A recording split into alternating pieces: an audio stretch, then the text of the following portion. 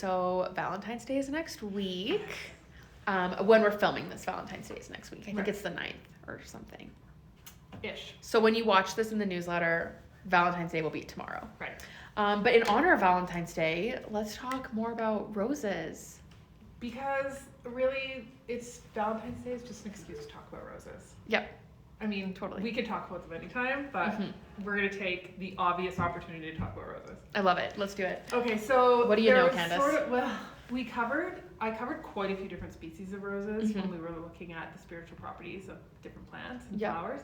But I think I pulled out 4 of my very favorites. Okay. So the first one is the Provence rose. And the Provence rose is, if you think about like the typical rose you're going to get at the florist. Right, like the Valentine's Day rose. The Valentine's Day rose. Got it. Multiply that number of petals by like 6.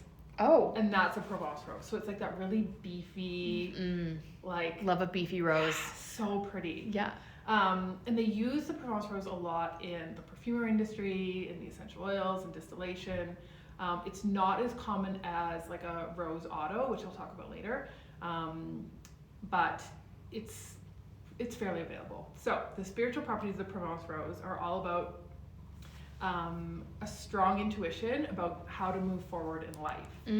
So it's similar to some of the plants that we use in the Future Flow candle. Right. But the reason I didn't put a new Provence rose in the Future Flow candle is made it wildly expensive.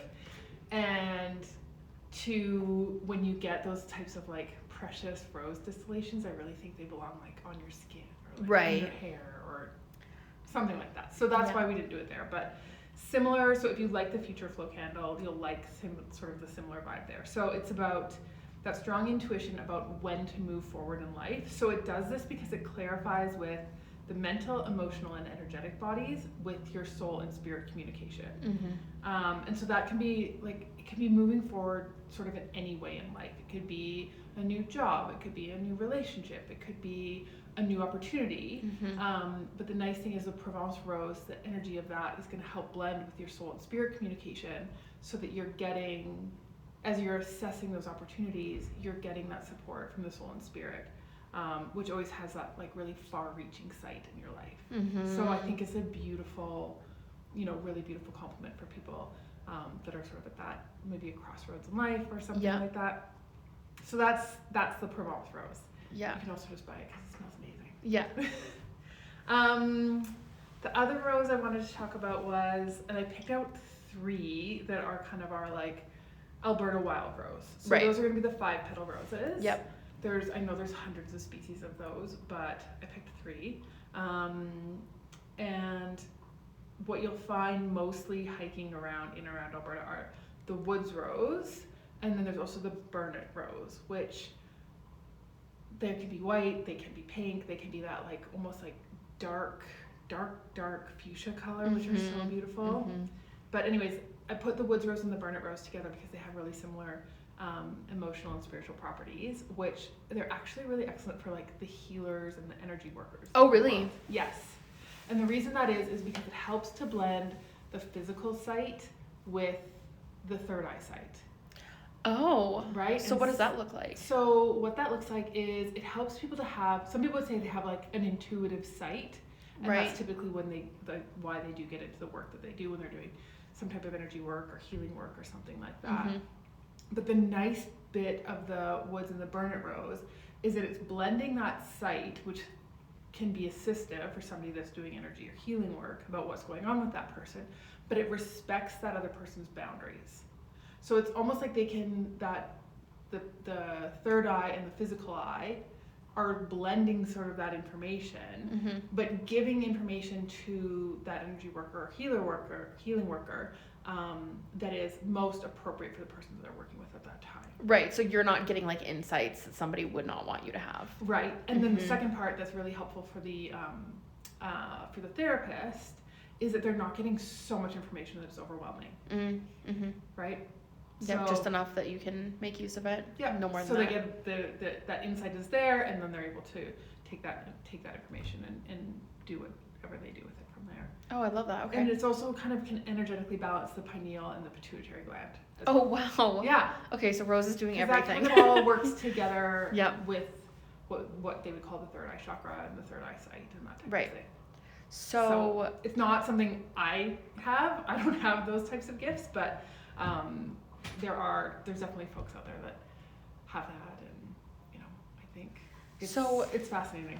Mm-hmm. Is there any properties to rose that have to do specifically with love, like romantic love? Because I think that's how we view the rose. Well, they do, and there is a lot of folklore around rose and it representing love, of course, and it makes sense because roses overall are sort of about the eternalness of the true self of who you are. Okay. So, and there's a connection into the remembrance of the totality of your spirit, which of course is all about love. The foundation of your spirit is love. So it's not, I would say roses aren't so much about romantic love as they are about that pure stream of love. Right.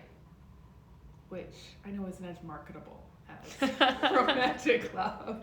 But love is universal, right? Yep, I agree. Love is a universal experience. And then how it gets expressed in romantic ways, of course, is completely different. Right.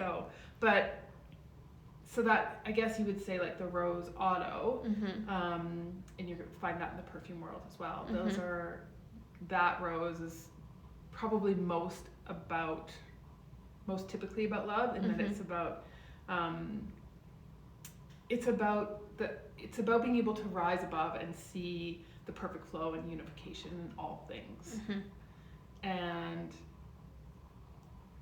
that typically, if somebody is in love or they're experiencing love, then that's kind of the way they're going to see the world, right? And, you see people rose-colored glasses. Yeah, they're at the beginning of a relationship or something like that, and everything's just lovely and perfect and wonderful. Floating on cloud nine. And honestly, if you had the opportunity to smell a pure distillation of rose auto, like it is heaven. It's just so nice. So that one we do use. We put the rose auto in our custom elixir number 19, our Thursday soap, and also we put it in the Busy Bee cream. Yep. Because why not? Why not? If I could afford it, I'd put it in everything. But Totally. So those are the roses that I picked out. And then, I could talk quickly about the prickly wild rose, which is another go ahead. of our Alberta wild roses. And it's a little bit different because it's really about deep wisdom, clear understanding, and there's also about creating greater physical resiliency and the deep rooting of the soul into the physical body. Oh, wow. So being grounded? Pardon? So being grounded? Yes, okay. Being grounded, being able to be in the moment. We talk so much about soul and spirit communication. Yeah. The more deeply rooted your soul is in your body, the more fully you can hear that soul and spirit communication. Okay, if got that it. makes sense. Yep. So that's kind of the nice thing about those prickly wild roses, which love that. they're magical. So different, so much difference, even though we're talking about roses. There's such variation in all those species. Oh, totally. Yeah, they all have their own gifts. Yeah. So whatever, if you get roses for Valentine's Day, enjoy them. They're going to be beautiful no matter what species they are. But absolutely. now you know more about why they're so wonderful. Yes. Happy Valentine's Day. Yeah.